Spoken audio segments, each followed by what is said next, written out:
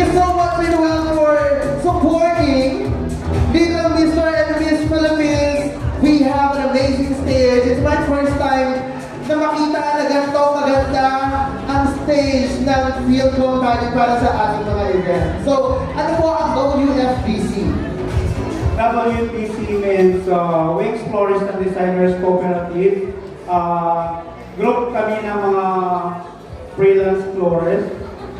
Kami ang mga nag-decor ng mga weddings, mga royal weddings.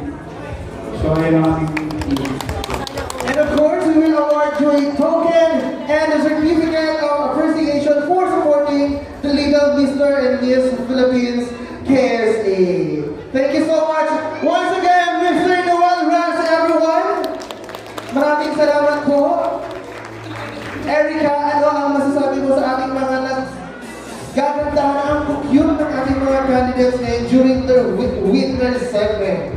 Thank you to Mr. Raz again for making part of this pageant happen. And all the kids here tonight look amazing and they all look so unique and very distinct that I can feel that they are really passionate when it comes to this pageant. And of course, with their clothes, they all look very elegant tonight. So they are so cute, and I think this is one of my favorite segments. One of your favorite segments? We will ask someone, hello with me, Kano. You say hi muna sa kanila. Hi everyone! Are you still enjoying? Yeah? Ay, nag-i-enjoy pa siya. Nasa nag-i-enjoy? Ito pala. Nag-i-enjoy ka pa ba? Sana naman bago matapos mag-enjoy ka, no? Sa parents mo ito, parang pinilit nyo lang yung anak nyo, ha? Pero backstage, kinukulit nila ako pag nandito, tahimik sila. Elijah! Nasa si Elijah? Ito yung ating mga nag-shine during the talent competition. Elijah, come here. Would you like to say thank you to your supporters? Thank you, supporters!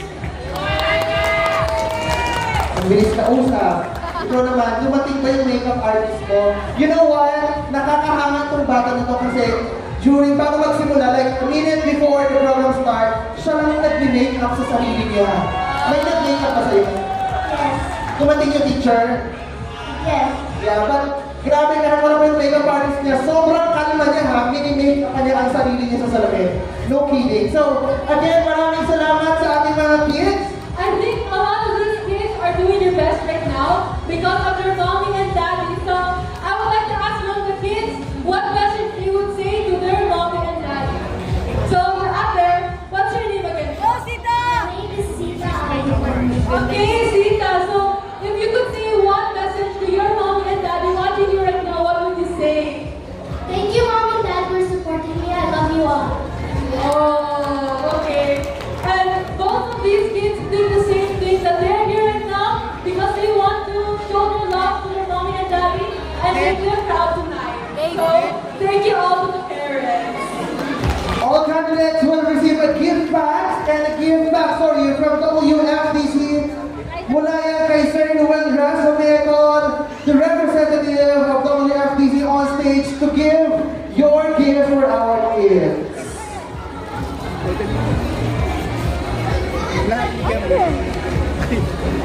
Up next, yun na po ang kanilang last segment, which is the gown and the formal wear competition. From these candidates, apat po ang mananalo. We have a kids preteen edition. So makakategorize sila depende sa kanilang edad.